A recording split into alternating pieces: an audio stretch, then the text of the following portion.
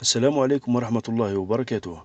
في الجولة الرابعة والأخيرة سيقابل منتخب الجزائر نظيره النيجيري وسط ترقب جماهيري كبير لأداء الخضر، ومما لا شك فيه فإن مصير الخضر بيدهم، لأن الفوز يعني التأهل مباشرة بدون انتظار نتائج باقي الفرق.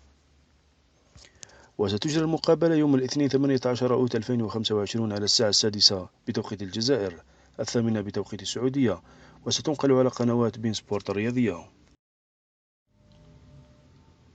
وشهدت الجولة الثالثة من منافسات كأس إفريقيا لكرة القدم للمحليين تعادل مخيب للمنتخب الجزائري أمام نظيره الغيني بنتيجة هدف مقابل هدف. ونجح المنتخب الغيني في تسجيل هدف التقدم في الدقيقة 62 عن طريق إسماعيل كامارا، واستطاع سفيان بايزيد أن يسجل هدف التعادل لمنتخب الجزائر في الدقيقة 88 لتصبح النتيجة هدف مقابل هدف.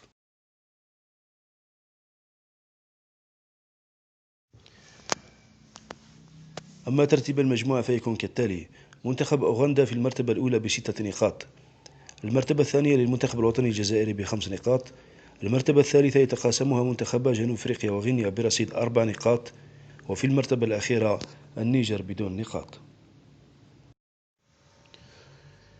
وفي الأخير لا تنسوا أعزائي المشاهدين الضغط على زر لايك والاشتراك ليصلكم كل